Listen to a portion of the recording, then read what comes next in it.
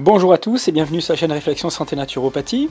Aujourd'hui, vous allez suivre la deuxième partie de la conférence consacrée à la psychobiogénéalogie avec une partie consacrée à des exemples et à une approche de ce qu'on appelle le projet-sens et la généalogie, c'est-à-dire l'impact que peuvent avoir l'histoire de nos parents, de nos ancêtres sur nos maladies, notre façon de vivre, nos réponses de vie.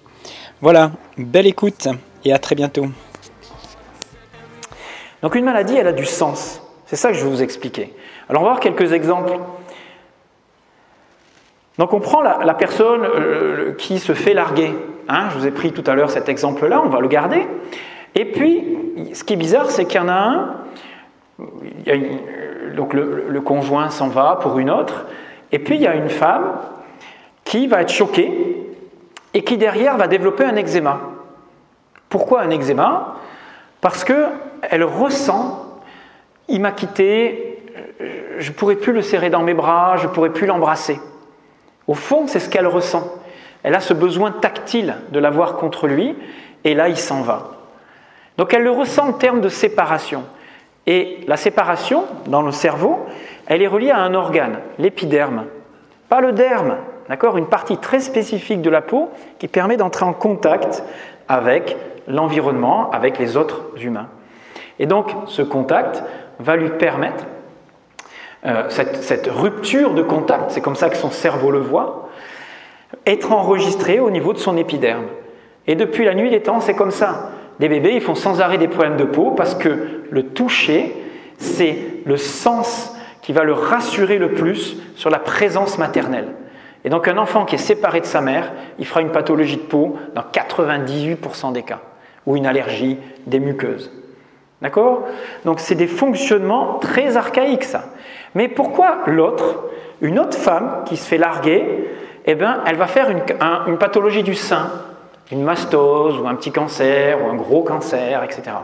Eh bien parce que elle, sa vision du couple, c'était on va faire un foyer, on va faire des enfants, une maison, et puis d'un seul coup, tout éclate, tout part en éclat. Et elle, le foyer, c'est l'organe relié aux enfants, mais c'est aussi l'organe relié au mari, c'est l'organe relié au foyer. Et elle le ressent comme ça, donc c'est cet organe et pas un autre qui va être décodé. Et puis, dans la même situation, une autre va faire un conflit de déréliction. Je ne suis plus désirable, il préfère une autre. Parce qu'elle est mieux que moi, elle est fait ci et ça. Et donc, moi, je ne vaux plus rien à ses yeux. C'est le conflit de la biche abandonnée dans la nature. Alors, ça donne des pathologies, des angines de poitrine chez la femme. Ça arrive souvent après 50 ans, quand la femme vieillit et que l'homme commence à regarder les petites jeunes. Mais ça ne veut pas dire que toutes les femmes après 50 ans feront cette pathologie-là. Ça veut simplement dire que vous avez plus de risques d'en faire si vous vivez ce conflit-là et pas un autre. Et puis il y a des femmes qui vont faire un cancer du col de l'utérus. J'ai été trahi par mon partenaire sexuel. Maintenant, sa verge va aller dans le col, la partie la plus intime d'une autre femme. Et ça, c'est insupportable. Et donc, elle va décoder, elle va faire un remaniement tissulaire qui ne va pas forcément jusqu'au cancer du col. Ça s'appelle des stades 1, 2 ou 3, peu importe. Et quand elle vit ce conflit de trahison sexuelle et qu'elle n'arrive pas à gérer. Rancœur, vésicule biliaire, etc. Rancœur envers le partenaire sexuel, on est plus sur une mycose vaginale, par exemple. Il y a une notion d'acidité qui renvoie au bois en médecine chinoise, et le bois, c'est la vésicule biliaire, c'est aussi la rancœur. Mais il y a des rancœurs qui n'ont rien à voir avec le partenaire sexuel, et ce ne sera pas le même décodage. Et puis, vous avez celle qui dit « il est parti, mais c'est ma faute, je suis nul. J'ai pas su le retenir, j'étais pas à la hauteur, de toute façon, c'est normal, il trouvera mieux ailleurs. » Je ne suis pas à sa hauteur. Donc elle se dévalorise et elle culpabilise. Et ça fait 50% des cabinets des psychothérapeutes. On vit la dépression réactionnelle liée à la perte du conjoint. On va voir que toutes les maladies correspondent à des besoins non satisfaits. Vous connaissez peut-être la pyramide de Maslow, si vous avez fait un peu de psychologie, psychosociaux. On va voir qu'une maladie, c'est un besoin non satisfait tout simplement. Un besoin biologique, on a des besoins d'appartenance, on a des besoins physiologiques purs, appartenance, et j'ai besoin de sécurité, j'ai besoin d'appartenir à un clan, à un groupe, et si je me fais rejeter de ce clan, je vais souffrir parce que je suis en danger. Mais tout ça, ce sont des besoins fondamentaux de l'évolution. Je ne peux pas tous vous les décrire, mais on va voir qu'une maladie, c'est toujours un besoin non satisfait. Et si vous avez accès à ce besoin, si vous le comprenez, donnez-vous les outils d'y répondre, de vous apporter ce que vous ne réussissez pas là, à vous apporter. Alors juste avant, la question que je vous pose maintenant et que j'aimerais vous poser, c'est face à une situation identique, comme celle qu'on vient de voir, pourquoi on a des réactions émotionnelles, on a des ressentis différents? Pourquoi l'un ressent la séparation, l'autre la perte, l'autre la déréliction, l'autre la trahison sexuelle, etc. Qu'est-ce qui fait que dans une même situation, on a des ressentis différents, que la flèche du ressenti, elle va venir dans une zone précise du cerveau et donner une pathologie et pas une autre?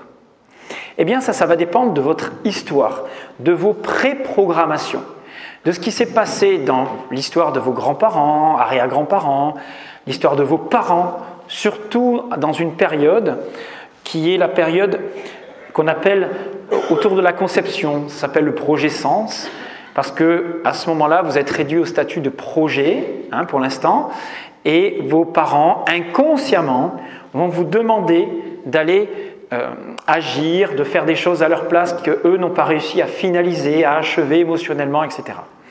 Donc vous allez voir qu'on est avec des programmations particulières et que ces programmations vont nous pousser à agir de telle et telle façon, à ressentir de telle et telle façon.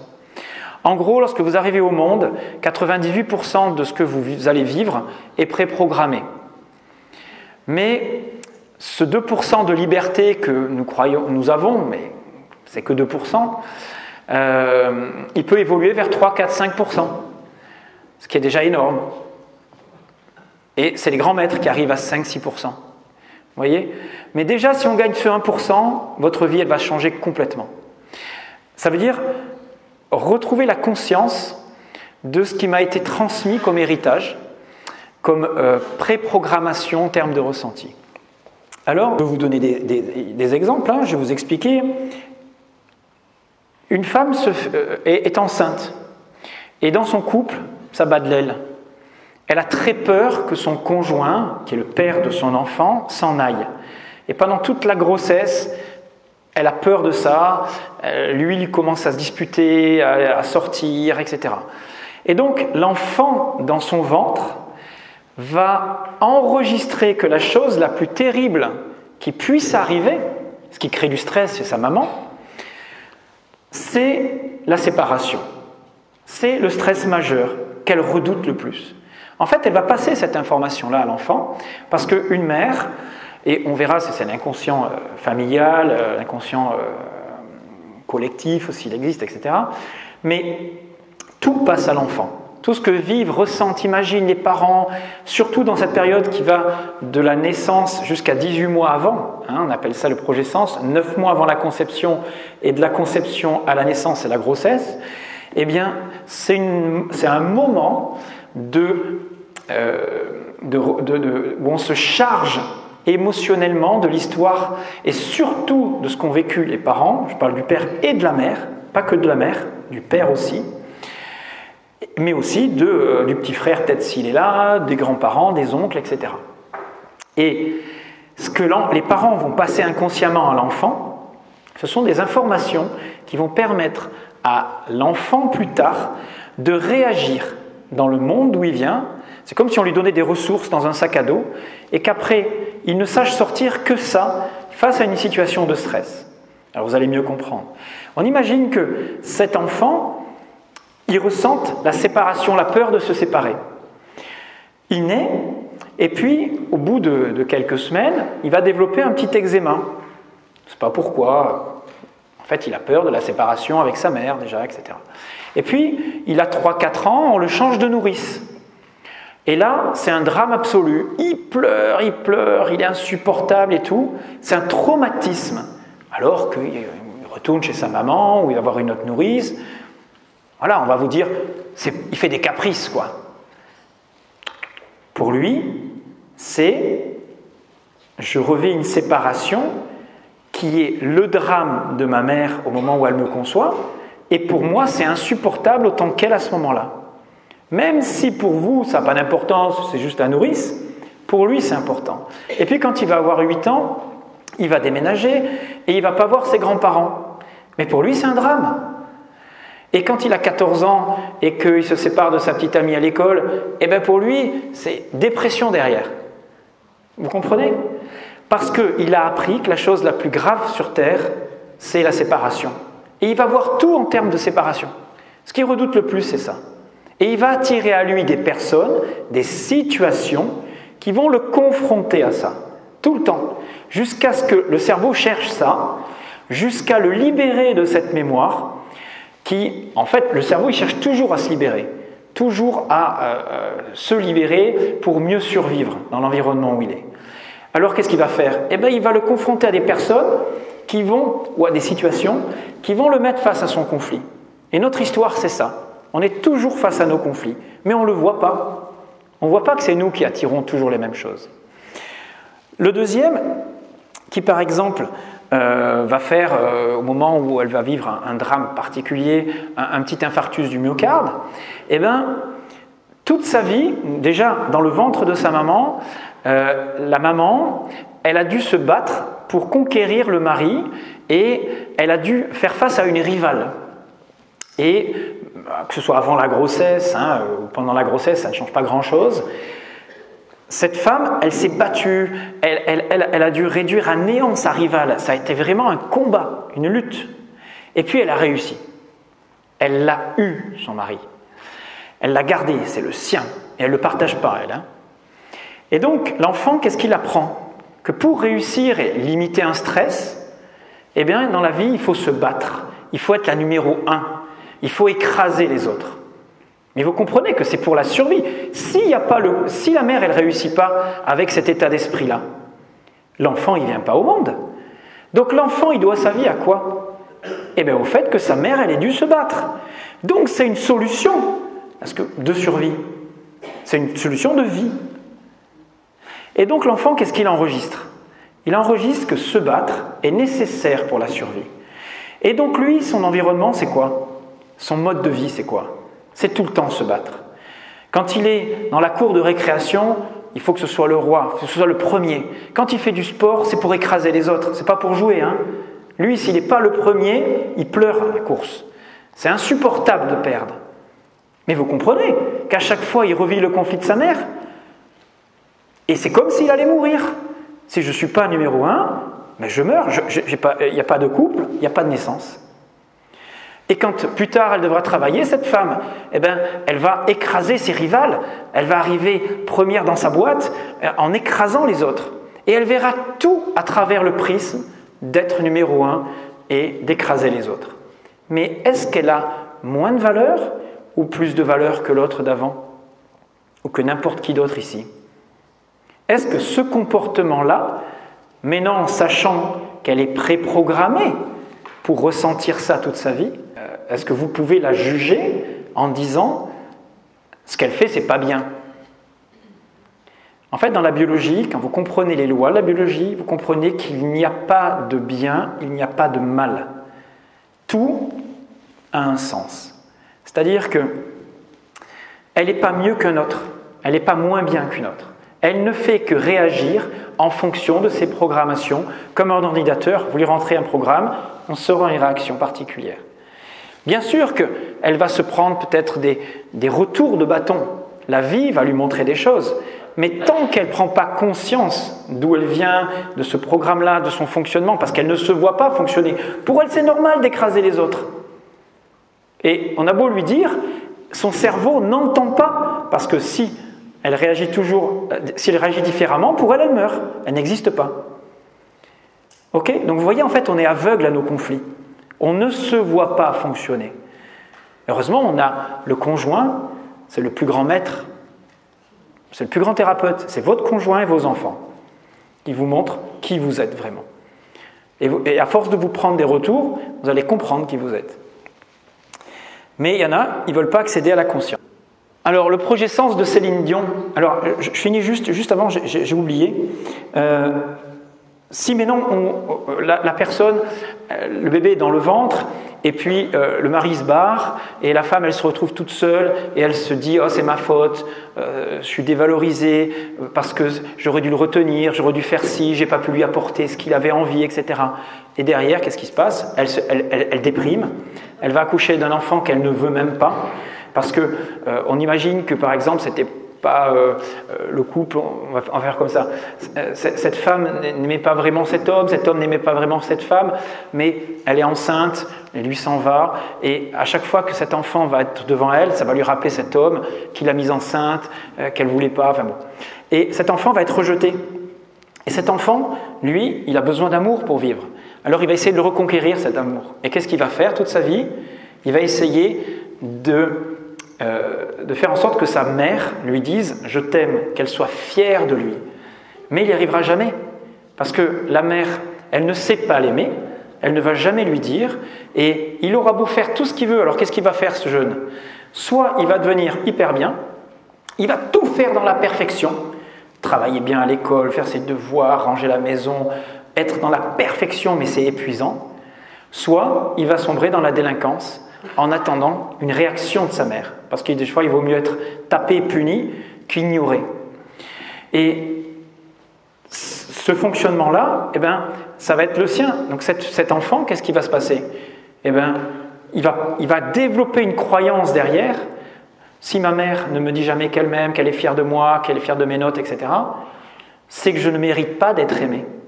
Et donc cet enfant va se dévaloriser et toute sa vie, il aura l'impression de ne pas être à la hauteur, de ne rien valoir aux yeux des autres et il va se dévaloriser, culpabiliser et être dépressif. D'accord ? Ce sont des sortes de dépressifs chroniques, des morts vivants, jamais satisfaits d'eux et parfois des perfectionnistes d'ailleurs. Mais il n'a pas moins de valeur ou plus de valeur qu'un autre. Il fait qu'appliquer ses ressentis en fonction de son histoire. Alors, par exemple, on va revenir dans la biologie et on finira après autrement et vous poserez des questions bien sûr. Pour bien comprendre une maladie, il faut prendre les ressentis vécus par vos parents. Le projet Sens, c'est ça. Pour y accéder, c'est qu'est-ce qu'ont vécu et surtout ressenti au moment où j'étais dans le ventre ou avant, etc. Alors ça vient de Pavlov, cette compréhension qu'il y a une transmission de processus conscients et inconscients d'ailleurs, surtout inconscients, entre les parents et les enfants, c'est l'expérience des vers de terre. On a mis des vers de terre dans une boîte, d'un côté, dans un terrarium et dans un autre. Les mêmes vers de terre, tout pareil. Hein. Et puis d'un côté, Pavlov, il a ouvert la boîte et au moment où la lumière rentre dans le terrarium, on donne à manger aux vers de terre A, on les nourrit, on les arrose, tout va bien, les vers de terre sont paisibles. Et puis dans le terrarium B, on stresse le ver de terre. On ouvre le terrarium, la lumière rentre, on le pique, on le torture, on le retourne, on l'écrase. Et donc, les vers de terre, au bout de quelques jours, qu'est-ce qui va se passer ? Dans le terrarium A, alors tous les jours on reproduit ça. Dans le premier terrarium, les vers de terre ils sont cool, hein. À chaque fois qu'il y a la lumière, pour eux c'est on m'en nourrit. Et dans le terrarium B, qu'est-ce qui se passe ? Ils savent que dès qu'il y a la lumière qui s'ouvre, ils vont associer on va me torturer. Et donc qu'est-ce qu'ils mettent en place ? Ils réagissent. C'est-à-dire qu'ils vont commencer à s'entortiller autour de l'épingle qui les piquait. Et l'expérimentateur va, le jour où il va y avoir cette réaction d'entortillement, il va arrêter de torturer le ver de terre. Et à ce moment-là, qu'est-ce qui se passe ? Les jours suivants, le ver de terre, au moment où on ouvre le terrarium, alors qu'il n'y a toujours pas d'aiguille pour torturer, va quand même commencer à s'entortiller et aller dans des coins. Il associe réaction d'entortillement à survie. On fait reproduire ces deux vers de terre, enfin cet ensemble de vers de terre, ces deux familles-là. On prend la descendance dès la naissance, c'est-à-dire que dans l'instant où les vers de terre A et B naissent, on les isole des parents pour pas qu'il y ait de transmission acquise, d'accord, d'éducation. Et qu'est-ce qu'on fait ? On les met dans des terrariums identiques. On ouvre le terrarium A, il ne se passe rien. On ouvre le terrarium B, vous avez compris, instantanément, ils s'entortillent. Pourquoi? Parce qu'ils ont appris de leur mère une solution biologique de survie. Et elle est complètement inconsciente. Alors dans la nature, vous avez il n'y a pas eu d'éducation, il n'y a pas eu d'apprentissage. Vous comprenez qu'une mère ver de terre, comme une puce d'eau, le mâle il part dans une direction, la femelle dans une direction, quand vous leur faites peur, quand elles sortent du sable, le bébé va avoir une résultante. Il va prendre l'angle de l'un, l'angle de l'autre, et avoir un angle au milieu. Et ça, c'est la solution la plus vitale de survie. Donc la maman puce d'eau, la maman ver de terre, comme la maman humaine, elle transmet des mécanismes inconscients biologiques de survie. Des programmes. Et bien nous, on est avec ces programmes-là. Sauf qu'il y en a, ils sont cons des fois. Et ces programmes, ce n'est pas forcément des programmes de maladie. D'accord? Ça peut être des comportements, des recherches de hobbies, de métiers particuliers. Tout ce que vous allez mettre en place dans votre vie a un sens. Mais c'est des programmations inconscientes. Vous ne savez pas d'où ça vient. Alors par exemple, imaginez que, alors c'est une anecdote qu'avait raconté Hugo Frey dans une émission de télé il y a 20 ans, et il disait, moi, Céline Dion, si elle est chanteuse, c'est grâce à moi. Si elle vit, déjà, c'est grâce à moi. Parce qu'en fait, sa mère, vous connaissez l'histoire un petit peu, hein, c'est la 13e d'une grande famille, et sa mère qui est déjà chanteuse, elle a été émue, alors elle est enceinte de Céline Dion, on est en 70 ou 11, et elle ne veut pas le garder parce qu'elle est très pauvre. Ils ont 13 enfants, enfin 12 enfants, et ils ne peuvent pas en nourrir un de plus, quoi. Donc elle ne sait pas si elle va le garder. Et elle entend la chanson d'Hugo Frey. « Dis-moi, Céline, les années ont passé. » Et elle est émue. Elle est chanteuse, elle adore cette chanson. Et là, elle dit « Je ne peux pas perdre cet enfant. » Elle va la garder, elle va l'appeler Céline. Et donc Céline, elle doit sa vie à quoi? Eh bien à une chanson, à la chanson. Donc, chanter, c'est vivre, c'est survivre. Vous voyez pour elle? Alors bien sûr qu'il y a aussi les programmes inconscients. Sa mère rêvait d'être une chanteuse, une professionnelle et tout ça, elle a fait du cabaret, mais elle n'a jamais percé. Donc il y a tous ces processus inconscients, et donc Céline Dion, pour vivre, elle a besoin de chanter. Mais chanter tous les jours à Las Vegas pendant je ne sais pas combien d'années. Donc vous comprenez que c'est pathologique presque. Elle n'a pas besoin. Elle chanterait une fois tous les 3 mois et ça lui suffirait. Là, elle va chanter à Las Vegas tous les jours. Elle ne voit même pas ses enfants. Elle rentre tard le soir, etc. Mais elle ne peut pas s'empêcher. C'est son programme. Vous comprenez? Tant qu'elle ne le voit pas, elle subit ce programme-là. Mais chanter, c'est moins grave qu'une pathologie. Vous comprenez ce que je veux dire? Mais c'est un programme pareil. Quand on imagine, vos parents, ils sont pris dans un incendie. L'enfant, il est dans le ventre de la mère, ou c'est 9 mois avant la conception, on s'en fout, c'est très proche de la naissance de l'enfant. C'est la panique, la mère ou le père ont failli mourir étouffés dans l'incendie. Vous savez, il y a des fumées, on rampe, et on survit. La solution biologique que va enregistrer l'enfant, c'est quoi à votre avis? Il va naître avec une pathologie. Une pathologie qui va mimer ce qui aurait permis de survivre à ce moment-là. Donc on imagine, peut-être qu'il y a même un des conjoints qui meurt. Et l'enfant qui est dans le ventre de la mère, lui, va survivre avec la mère. Et le mari est mort, par exemple. Donc il aurait fallu faire quoi pour survivre à ce moment-là, en termes de comportement? Il est mort d'asphyxie. La fumée est rentrée dans les narines. Donc il faut trouver une solution pour pas que la fumée intoxique et rentre dans le corps.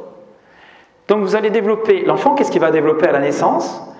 Rapidement, dès qu'il est stressé, il va mettre en place, d'ailleurs vous aviez un film qui mimait ça, qui expliquait ça, c'est un film de Night Shyamalan, ça s'appelle Signe, avec Mel Gibson.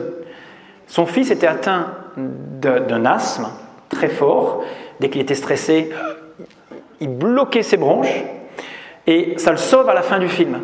Il y a des extraterrestres qui arrivent, qui mettent de la fumée avec le doigt pour intoxiquer un poison dans les narines des humains. Mais son enfant ne meurt pas parce qu'il a une maladie qui le sauve. Parce que c'est comme si le cerveau des parents avait programmé la maladie pour le sauver a posteriori dans le film. Hein, c'est ça l'histoire. Donc en fait, si vous voulez, Night Shyamalan, il est un peu spécial, c'est lui qui a fait Sixième Sens, et il connaît les processus inconscients et tout ça, mais il a vraiment compris ça. C'est-à-dire que pour survivre dans cet incendie, il aurait fallu empêcher la fumée de rentrer en moi. Et donc l'enfant va mettre en place une solution, une réponse, qui soit la réponse qui aurait sauvé un de ses membres de famille. Et donc c'est quoi ? Contracter au moins de stress les bronches pour que plus l'air ne rentre plus. Mais dans la vie de l'enfant, ça ne sert à rien, vous comprenez ? Ça va l'handicaper. Sauf qu'il est en train d'achever, de montrer, de sauver a posteriori un membre de sa famille qui est mort il y a longtemps. C'est ça en fait. On fait des maladies pour répondre à des situations émotionnelles inachevées, à des programmations qui n'ont pas trouvé de solution dans la généalogie, dans l'histoire des parents, etc. Et des fois, ça remonte à 2-3 générations quand c'est très fort. Et on ne sait pas pourquoi, mais vous êtes vous porteur de cette information-là et pas votre frère. Parce qu'on a des affinités particulières avec des membres de notre clan plus qu'avec d'autres. Vous savez, on porte le prénom d'un ancêtre ou le deuxième prénom. On a la date de naissance qui correspond à la date de conception d'un autre ancêtre ou de mort d'un ancêtre. Et donc ça nous lie inconsciemment à un ancêtre. Alors c'est Anansin Schutzenberger qui a développé cette conception de mémoire inconsciente qui circule dans les familles, dans les clans. Aimé Zayeux, donc c'est une universitaire qui est morte aujourd'hui. Elle expliquait par exemple qu'un enfant de 4 ans dessinait sans arrêt des sortes de masques hideux et qui se réveillait la nuit avec des cauchemars. Et quand on lui demandait à quoi il rêvait, c'était ces masques-là qu'il voyait partout. Et en fait, c'était des masques qui étaient les masques qu'on mettait pendant la guerre 14-18 pour se protéger des gaz dans les tranchées. Et son grand-père, alors que lui ne le savait pas bien sûr, était mort gazé dans les tranchées. Et cet enfant était né le même jour que la mort de son grand-père dans les tranchées, gazé. Donc c'est des exemples comme ça qu'elle prend et elle montre comment des mémoires circulent et entraînent des réponses particulières. Je vais finir en vous expliquant comment maintenant on peut voir la guérison, si vous voulez, et voir autrement la maladie. En fait, une maladie, c'est une incohérence. Une incohérence entre les différents plans de notre personnalité, de ce qui fait nous humains.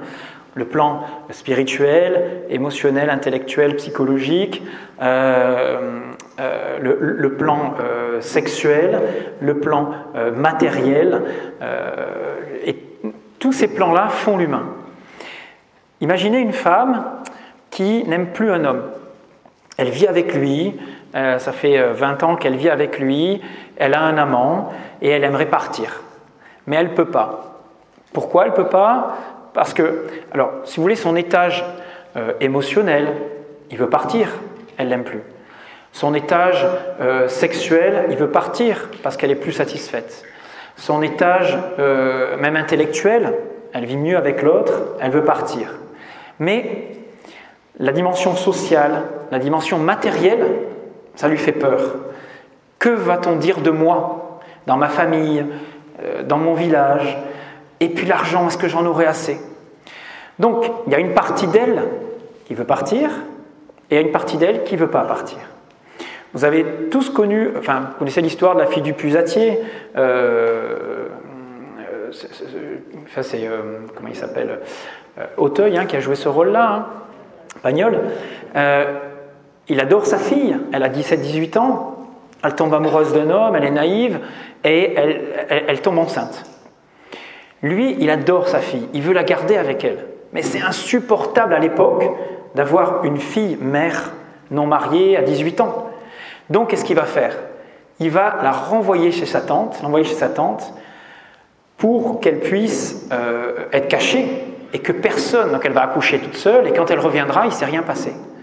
Mais pendant des années, des mois, il est obligé de se priver de sa fille préférée, celle qui faisait tout à la maison, celle qu'il adorait. Donc il y a une partie de lui qui veut la garder, mais la souffrance, l'honneur familial, c'est quelque chose qui n'est pas concevable qu'elle puisse être enceinte. Et donc il y a une partie de lui qui souffre parce qu'elle est partie, mais il y a une partie de lui qui souffre encore plus par rapport à l'honneur familial qui a été bafoué, etc. La réputation de sa fille, c'est quelque chose de terrible. Et donc, c'est ça un conflit. Un conflit, c'est un décalage entre ce que vous voudriez au fond de vous et ce que vous vivez vraiment.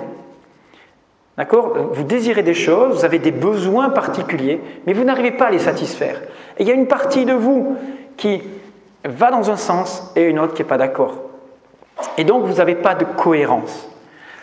Et guérir, c'est retrouver de la cohérence et satisfaire les besoins que l'on n'arrive pas à satisfaire. Je dirais juste qu'il y a une partie de la maladie qui est toujours inconsciente. On est toujours dans l'inconscient. Sinon, on guérirait. S'il suffisait de comprendre « Ah ouais, j'ai vécu ça. Moi, à un moment donné, alors, c'est pas parce qu'on sait tout ça qu'on va jamais être malade. Hein, on est bien d'accord. Et que même si on sait au plus haut point comment ça fonctionne, maintenant, on a plus de chances de guérir. Parce qu'on va aller à la racine du problème. On va aller chercher les informations. On va aller se demander, on va avoir une vision responsabilisante. C'est moi qui ai attiré ça. C'est moi qui suis à l'origine de ça. Ok, qu'est-ce que j'ai fait pour y arriver ? Moi, l'année dernière, j'ai eu un kyste utriculaire. Un truc, même l'urologue, il ne savait pas ce que c'était. Alors, moi, j'ai dû faire des recherches parce que c'est quel organe qui est touché, ça fait quoi comme symptômes, pourquoi à ce moment-là ? Alors, je savais que j'allais être malade dans quelques jours. J'avais vécu quelque chose de très, très dur émotionnellement, un des plus gros stress de ma vie, en décembre. Et je savais que j'allais avoir quelque chose dans la phase de réparation si je lâchais. Mais j'avais commencé à lâcher et forcément, le symptôme est apparu. Je ne savais pas ce que j'allais avoir, c'était impossible à savoir. Et j'avais eu très peur pour quelque chose. Et j'ai eu ce symptôme, donc ce kyste, 4 cm3 entre la prostate, la vessie et le rectum. Donc ça tabasse, hein, ça vous appuie partout, c'est insupportable. Et je vais voir le médecin, donc diagnostic, je veux savoir ce que j'ai, comprenez, pour savoir quel est l'organe qui est touché, comprendre le sens de ça. Et il me dit c'est tel organe, machin, on ne sait pas trop ce que c'est, machin. On regarde, c'est pas la prostate, si elle n'est pas cancéreuse, c'est ceci, cela, rien. Et on trouve ce kyste-là après un IRM, donc il a fallu 1 mois et demi, bon c'était pas, vous savez, ça avance pas vite hein, en France, hein. Donc pendant ce temps-là vous souffrez, il n'y a rien qui vous soulage, et je me suis dit, bon, c'est forcément lié à ce que j'ai vécu 1 mois avant. C'est ça. Qu'est-ce que j'ai vécu ? Qu'est-ce que j'ai ressenti ? Et je me suis dit, mais il y a quelque chose que je ne capte pas, parce que je sais que c'est ça. Et cette peur, elle commence à partir. Mais non, c'est bon, c'est réglé. Mais non, il restait quelque chose. Et donc, je savais que c'était lié au liquide, à la notion de vessie, qui est symbolique, à la notion de puissance de la prostate, puisque c'est dans le confluence de tout ça. Comprenez que ce n'est pas n'importe où. Et il y a quelque chose qui m'a permis de me libérer, c'est de comprendre que ce kyste utriculaire, il est sur le bourgeon de ce qui va permettre chez la femme de faire l'utérus, protéger l'enfant, faire naître l'enfant. Chez l'homme, ça ne se développe pas, hein, mais chez la femme, ça se développe. Et j'ai compris que c'était en relation avec ma mère aussi. Alors l'histoire, je savais qu'il y avait un petit quelque chose avec ma maman, etc. Et donc, j'ai eu la chance d'aller la voir à ce moment-là, et puis en parlant, en discutant, comprenant, il y a un moment donné où j'ai été rassuré. Voilà. Je suis rentré, et 2 jours après, le kyste a percé. On ne sait pas ce qui s'est passé, j'ai uriné, et c'était fini. L'urologue m'a dit, c'est très bien, je ne sais pas pourquoi, on ne connaît pas, voilà. Mais est-ce que si j'étais pas allé là-bas, ça serait quand même arrivé ? Je ne sais pas, comprenez ? Mais voilà, je sais qu'il n'est pas arrivé par hasard, ça c'est sûr, et il n'est pas parti par hasard non plus. Donc quand vous savez un peu les choses, vous pouvez au moins essayer de travailler sur vous, libérer. J'avais fait des choses, mais j'étais parti sur la piste de la prostate, mais ce n'était pas ça. Et vous voyez qu'on a besoin du diagnostic pour travailler correctement. Et on a besoin de la médecine pour se soulager, prendre des antidouleurs quand on n'y arrive pas autrement. Donc il ne faut pas négliger cet aspect-là. Une maladie, c'est une expérience qui doit nous aider à retrouver la conscience de nos besoins, souvent non satisfaits bien sûr, pour maintenir un équilibre. Vivre ce que je veux au fond de moi et comprendre, en fait, c'est répondre à mes attentes les plus intimes. La maladie est due, on l'a vu au début, hein, enfin je l'ai dit tout à l'heure, c'est l'abandon d'une partie de soi-même, qu'on n'habite plus en conscience. Si vous voulez, la maladie, elle offre un espace de prise de conscience. C'est ça en fait qu'il faut faire. Et c'est pour ça que le thérapeute, il est important. Il y a un moment donné, en séminaire, il y a une ancienne élève là qui écoutait le cours, et d'un seul coup, on ne sait pas ce qui a fait la réaction, elle se souvient d'une scène, elle a une émotion. Elle a un malaise vagal, elle libère, donc elle lâche quelque chose instantanément, et elle me dit, j'ai eu un flash, c'était ça. Quand j'étais petite, j'allais à l'épicerie d'en bas, on était très pauvres, et l'épicier nous faisait souvent crédit. Et un jour, moi je suis arrivé pour demander du sucre, et là il a dit non, je ne fais plus crédit. Et moi, avec mon petit âge de 8 ans, j'ai pris ça en pleine figure, ça a été un stress monstrueux, et j'ai été complètement désemparé. Et elle me dit, j'étais pas bien, je suis rentré chez moi complètement bouleversé. Et toute sa vie, elle a compris, elle s'était interdit de manger des desserts sucrés. Parce que le sucre, pour son cerveau, la renvoie à une croyance, qu'elle est pauvre, qu'elle ne mérite pas d'avoir d'argent, une vie normale, etc. Et derrière, son cerveau la met en situation de croire qu'elle n'aime pas le dessert sucré. Elle dit, moi je ne suis pas sucrée. Et ce jour-là, elle s'est servi un fromage blanc avec des cuillères de sucre et elle a apprécié de manger sucré. En fait, tout n'est que croyance.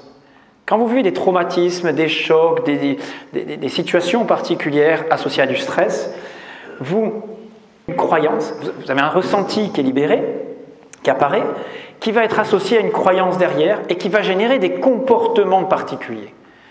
Et donc, regardez comment vous fonctionnez, est-ce que vous arrivez à vivre ou à pas vivre, et essayez de comprendre d'où ça vient, ça.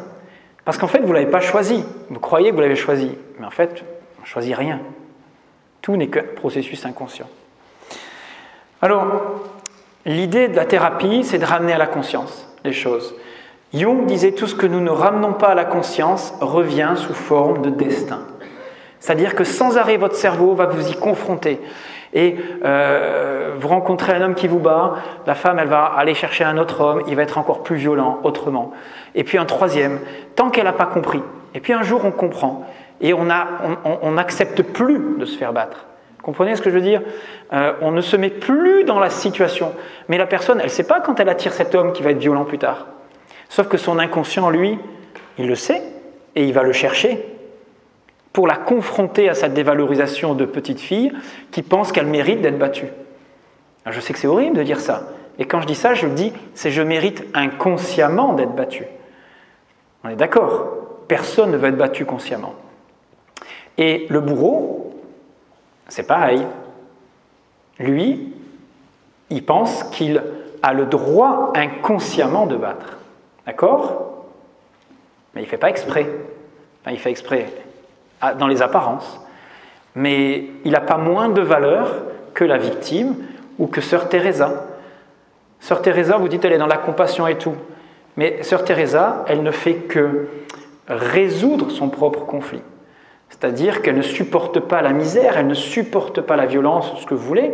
Donc qu'est-ce qu'elle met en place ? Elle, un métier, elle donne sa vie pour empêcher cette violence qu'elle a subie ou empêcher cette misère qu'elle a vécue qui est insupportable. Donc qu'est-ce qu'elle fait à travers son travail, à travers sa vie ? Elle ne fait que se guérir de son propre conflit. Et on fait tous ça.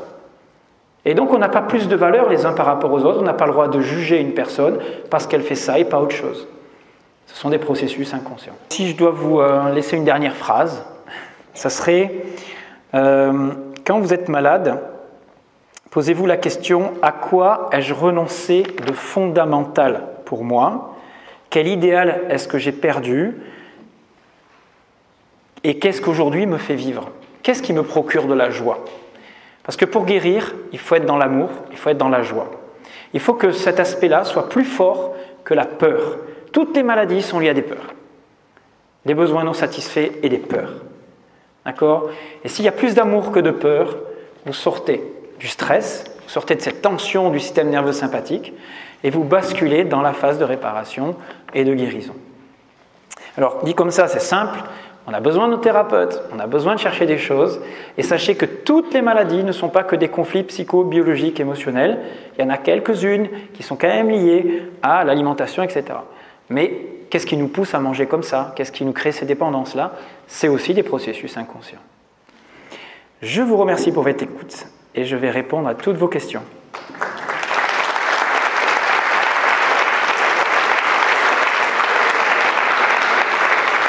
Elle demande, quand les parents sont décédés, comment on peut avoir accès à certaines informations qui peuvent venir de nos ascendants, de nos ancêtres, hein, bien sûr, ou des grands-parents. Alors, on commence toujours à travailler sur soi, sur son histoire. Est-ce qu'il y a un moment où la maladie est apparue? Qu'est-ce qui s'est passé à ce moment-là? Quel a été le stress déclencheur? Okay. Maintenant, pour chercher les programmes et savoir d'où on vient, eh bien, il faut essayer de comprendre l'esprit dans lequel on a été élevé, les valeurs familiales, c'est déjà pas mal. Maintenant, on n'aura pas accès à toutes les informations. Mais il y a des gens qui vont faire des recherches, qui vont faire des arbres généalogiques, qui vont regarder des dates. Et en fonction, quand vous posez une question sur votre généalogie, vous allez avoir des réponses. Alors, ça ne vient pas tout de suite, mais vous allez avoir quelqu'un du village qui va vous raconter une anecdote, qui va vous permettre de comprendre des choses. Vous allez avoir une personne de votre famille que vous n'avez pas vue de très longtemps, qui va vous téléphoner et qui va vous donner une information. Souvent, c'est des processus, quand on est prêt, l'information arrive. Voilà. Mais ce n'est pas toujours le cas. Voilà, on n'arrive pas toujours à avoir toutes les informations, c'est très loin, etc. Mais non, déjà travailler sur votre histoire et sur celle juste de vos parents au moment de votre conception. C'est déjà des bonnes informations. Mais on sait toujours quelque chose de ses parents. Même si on a été adopté, c'est plus compliqué. Mais moi, je connais une personne qui a été adoptée et qui a fait des recherches et c'était extraordinaire ce qu'elle a libéré, quoi. Et bon. Voilà. Quand on pose les questions, quand on cherche, son cerveau inconscient s'ouvre et il se passe des choses. Je vous assure, hein, c'est incroyable. C'est ce que je peux vous dire. Bonsoir. Comment ça se passe pour des jumeaux qui sont dans le même environnement normalement? Avec les mêmes programmations parentales, etc. Eh bien, en fait, il y a toujours une part d'un des deux jumeaux qui est aussi relié à différents ancêtres. Alors, il y a des numéros de fratrie qui imprègnent davantage que d'autres. Et il se passe des choses inconsciemment qui fait qu'ils ne sont pas missionnés de la même façon. Quand je dis missionner, c'est inconsciemment. Hein. Voilà. Je ne peux pas vous dire, mais on sait qu'il y a des vraies différences. Voilà. Mais ils auront quand même beaucoup de choses en commun. beaucoup de choses en commun. Que ce soit des faux jumeaux, des vrais jumeaux, il y a toujours des programmes inconscients qui seront communs aux deux, mais forcément, il y a des différences, parce que le numéro 2 qui va sortir, en fait, c'est le premier qui sort, qui est... c'est inversé, si vous voulez. Hein. C'est lui qui a pris la place la meilleure au sein de l'utérus, au cœur de l'utérus. C'est celui qui est en arrière, en fait. C'est celui qui sort en deuxième, mais c'est le premier, en fait, dans la généalogie, dans les ordres biologiques, en fait. Et il va être relié plus au numéro 1 de tous les clans. Bon, c'est difficile à aller chercher parce qu'il y a des fausses couches qu'on ne connaît pas, etc. Hein. Mais on est relié aussi par notre numéro de fratrie à des programmes inconscients. Mais peu importe, vous partez du problème de l'enfant et vous allez chercher les problématiques chez les parents, chez les grands-parents, peu importe les numéros, les noms, les machins, on s'en fout. Une information, c'est qu'est-ce qu'il a et à quoi ce symptôme aurait pu servir pour sauver tel ou tel ancêtre. Raisonnez toujours comme ça. À quoi la maladie peut être utile pour sauver? On est toujours dans un système biologique de survie. Voilà. Alors des fois, on ne décode pas tout, c'est compliqué. Il y a des maladies qui sont compliquées à décoder, quoi. Bonsoir. Est-ce qu'il y a une relation entre la durée de la programmation, donc le temps que les parents vivent ou ressentent des choses, et la gravité de la maladie qu'elle peut provoquer? Non, c'est l'intensité du conflit qui compte. On est malade en un instant. Hammer, en un instant, oui, il n'arrive pas à sauver son fils, il programme son cancer. Il se développe instantanément. Et ce n'est pas en 20 ans, hein, comme on vous dit là. Hein. Vous avez des cancers, en quelques jours, on les voit. Hein. Ça va très très vite. L'intensité de la maladie, oui, est reliée à l'intensité du conflit souvent. Mais des fois, ça ne va pas jusqu'à la mutation cellulaire, etc. Hein, il y a des maladies, voilà. Donc, la durée n'a aucune importance. Il y a un rapport entre durée et intensité quand même.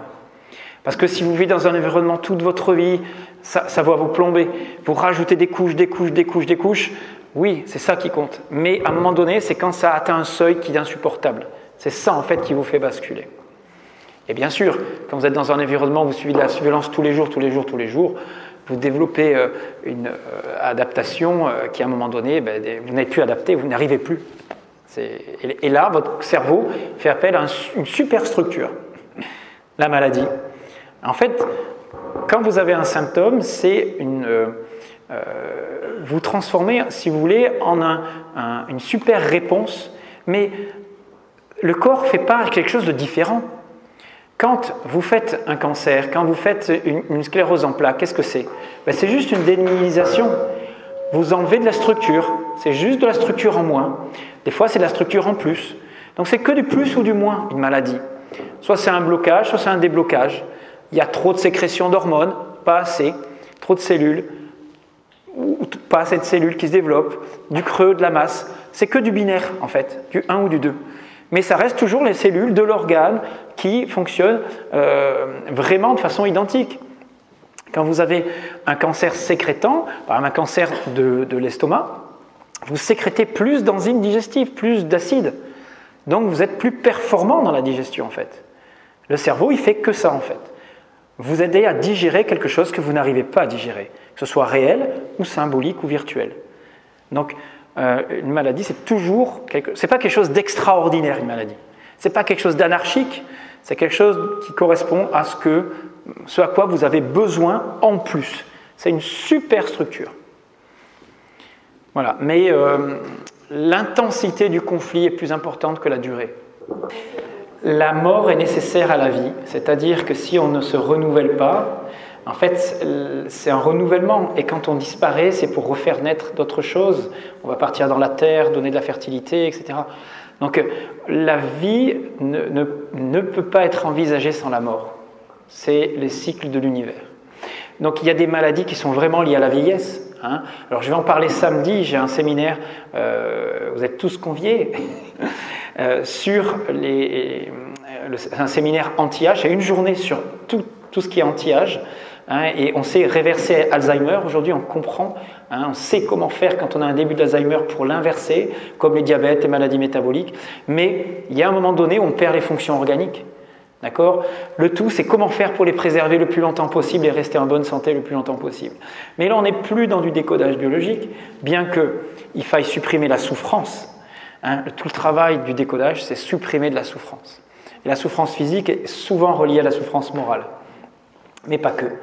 Il y a aussi les maladies métaboliques, c'est-à-dire le diabète, le surpoids, les stéatoses, les Alzheimer qui sont en pleine explosion dans notre société, parce qu'on a aussi un mode de vie qui est de plus en plus éloigné de notre mode de vie originel. Et il n'y a pas que les stress psycho-émotionnels, il y a des stress biologiques purs aussi. Voilà. Donc si ça vous intéresse,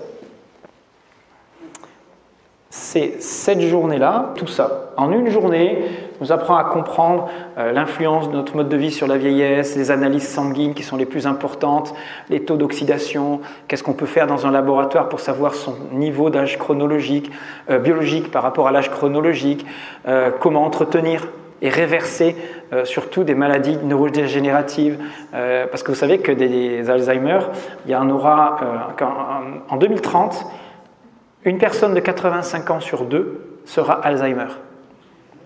Ça veut dire qu'il y en aura un qui va s'occuper de l'autre. D'accord ? Alors c'est des statistiques mondiales, ça. Mais je ne sais pas si vous vous rendez compte. Alors déjà, vous allez me dire qu'il faut arriver à 85 ans, ok. Mais on y arrive aujourd'hui.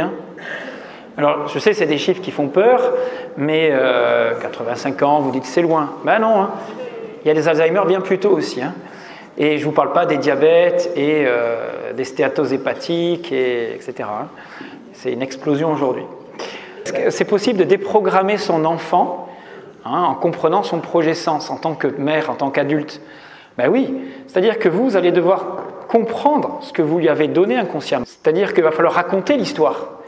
En fait, tout ce qui programme, c'est les non-dits, c'est les secrets familiaux. C'est ce qui est le plus difficile à dire, ce que vous ne voulez pas dire à vos enfants. Que vous avez trompé papa, que vous en aimiez un autre, que dans la famille, vous avez commis l'irréparable, etc., etc. Ça, on ne veut pas le dire. Mais si vous ne le dites pas, votre enfant, il le sait inconsciemment. Et il va en souffrir toute sa vie. Un enfant, il s'en fout, il ne vous jugera pas. Donc il vaut mieux le dire quand vous êtes enfant, quand ils sont enfants ou adolescents, que quand ils sont adultes. C'est mieux. Même si c'est pour vous un secret inavouable, parce que ça renvoie à des souffrances particulières, vous savez ce qui rend malade? C'est la culpabilité et la peur. Et on est tellement plein de principes moraux, principes sociaux, principes religieux, on s'interdit de dire et de parler, et si vous ne libérez pas les choses par la parole, eh bien les choses elles vont s'engrammer, elles vont circuler dans les familles. Et on sait que les plus grands secrets familiaux, les incestes, viols, faillites, alcoolisme, c'est ce qui crée les pathologies les plus lourdes dans les familles. C'est les plus grands drames familiaux. Il y a des familles qui sont impactées par tout ça sur 4-5 générations. Donc, parlez, libérez les secrets et ils ne se matérialiseront pas, ils ne se somatiseront pas, ils ne se biologiseront pas chez vos enfants, petits-enfants. Alors, il y a plein d'outils pour accéder aux mémoires inconscientes. Je ne connais pas bien l'hypnothérapie, l'hypnose ericksonienne. Dans l'hypnose, il y a une partie inconsciente. Ça peut être libérateur, mais moi je préfère travailler en conscience. Mais des fois, un kinésiologue, une technique de FT, de PNL avec et tout ça, même si c'est pas tout est conscient, eh ben ça peut être libérateur. Moi, ma femme, elle s'est libérée d'un truc, sans savoir comment ça s'est passé, avec de la kinésiologie. Donc, il y a plein d'outils pour aller chercher l'information et la libérer. Mais c'est mieux quand c'est conscient. Parce que c'est un acte conscient, propre, qui permet d'accéder vraiment à la mémoire et libérer après tout le clan. Moi, je trouve que c'est mieux comme ça. Mais si je peux être soulagé, moi, quand j'avais mon kyste, j'avais pu être soulagé par une séance de kinésio qui me libère l'information sans que je sache d'où elle vient, je l'aurais pris. Vous comprenez? On prend tout ce qui vient quand on est en souffrance. Voilà. Mais il y a des techniques, la microkiné, il y a plein de choses qui permettent d'accéder à l'inconscient, et pourquoi pas? Constellation familiale, c'est un travail inconscient sur les liens familiaux. Et donc, qu'est-ce qui circule, quel ressenti on a devant telle personne qui nous évoque qui, quoi, c'est de la thérapie. Il y a plein de techniques et d'outils de thérapie. Il n'y a pas que travailler sur son arbre, sur les ressentis et tout ça. Il y a des thérapeutes qui font ça. Alors, d'où ça vient ces 18 mois? En fait, tout est programmant, toutes les périodes de notre vie et d'avant. En médecine chinoise, dans les 9 mois avant la conception, vous êtes énergétiquement déjà vivant dans les testicules de votre papa. Si vous voulez, l'énergie de l'enfant existe déjà. Et on sait qu'il y a une imprégnation de ce que vivent les parents très forte pour l'avenir de l'enfant. Alors c'est vrai qu'on le conçoit plus pendant la grossesse, parce qu'on se dit que l'enfant c'est un réceptacle à ce moment-là, voilà, il est là, il est déjà présent, même si c'est quelques cellules, mais on est aussi de l'énergie. À un moment donné, on est de l'information, et cette information, elle va imprégner la moindre parcelle de cellules de vos parents avant que vous existiez. Tout est dans la mémoire musculaire. Vous savez, la kinésio, sinon ça ne marcherait pas, la microkiné et tout ça. Le tout est dans le parti est dans le tout. Et voilà, c'est ce que Jung appelait les circulations de mémoire inconsciente qui s'imprègnent dans votre génome, en fait, tout simplement. Vous savez qu'ils ont trouvé, là, récemment, j'ai vu une émission à la télé, des scientifiques ont montré que lorsque vous avez vécu, un membre de la famille avait vécu un attentat, une agression, un très grand choc, il y avait une expression de gènes particulière, et on retrouvait ces mêmes gènes exprimés 1-2 générations après. Ça vient d'être montré scientifiquement. Et donc, ils viennent de s'apercevoir qu'il n'y a pas que la couleur des yeux, la forme des cheveux, des jambes, etc., qui est transmise. Il y a aussi l'information génétique liée au stress vécu par les parents. Donc ça y est, c'est officiel. On vient de reconnaître l'impact du stress, de la psycho-émotionnelle sur la génétique. Mais ça s'appelle l'épigénétique. On le sait aujourd'hui, ça. Voilà. Donc maintenant, on sait que c'est officiel. Voilà. Maintenant, on n'est pas allé aussi loin que les images et celui que je vous ai montré tout à l'heure, avec des scanners, des relations, etc. Si vous lisez son bouquin, c'est 1000 pages, vous avez des centaines d'exemples. C'est un travail de scientifique de fou, et c'est de la science, c'est pas autre chose. Michel Odoul, dis-moi où tu as mal, je te dirai pourquoi, ou après c'était qui tu es, non? Je crois qu'il en a écrit un deuxième. Je connais bien Michel Odoul, je l'écoute souvent avec Brigitte Lahaye sur RMC avant et aujourd'hui sur Sud Radio. C'est une super émission, Lahaye, l'amour et vous. Et il a une approche qui est très symbolique. Il utilise beaucoup la symbolique de l'organe, etc., la médecine chinoise, etc. Moi, je trouve que c'est un petit peu compliqué des fois et c'est trop généraliste. On est perdu quand il explique. Un organe, vous écoutez la personne. Il faut toujours partir de ce que vous raconte la personne et surtout de ce qu'elle ne vous dit pas. Il faut écouter ce qu'elle ne vous dit pas. C'est-à-dire qu'elle va éviter de vous parler d'un truc qui pour vous est évident et elle n'arrivera pas à contacter le ressenti qui est à l'origine de sa souffrance. Et après, quand vous connaissez l'organe, vous allez faire le lien entre ce qu'elle n'arrive pas à vous dire et ce à quoi l'organe renvoie. Mais d'abord sur le plan biologique. Je vous l'ai expliqué tout à l'heure. Le foie, c'est le manque. C'est pas un truc... voilà. D'abord, c'est le manque. Après, ça peut être lié à la foi religieuse, le mot foi. Il y en a, ils vont vous chercher des trucs comme ça. Mais d'abord, la biologie. Voilà. Pour moi, c'est compliqué ces livres. À la fin, tu es perdu, tu ne sais pas en fait. Tu as tellement d'informations, ça peut être tellement de choses que tu ne vas pas t'y retrouver. Alors il y a des encyclopédies comme ça de décodage que vous trouvez, qui ne sont pas trop mal. Celle de Christian Flech est un peu plus biologique. Ça peut être des bons trucs pour démarrer, pour vous aider, pour vous guider. Mais de toute façon, quand vous cherchez une information pour vous, comme vous avez une partie du conflit qui est toujours refoulée, vous n'y accédez pas. Et donc tout seul, c'est super compliqué. Mais ça va déjà vous préparer, vous donner des petites pistes.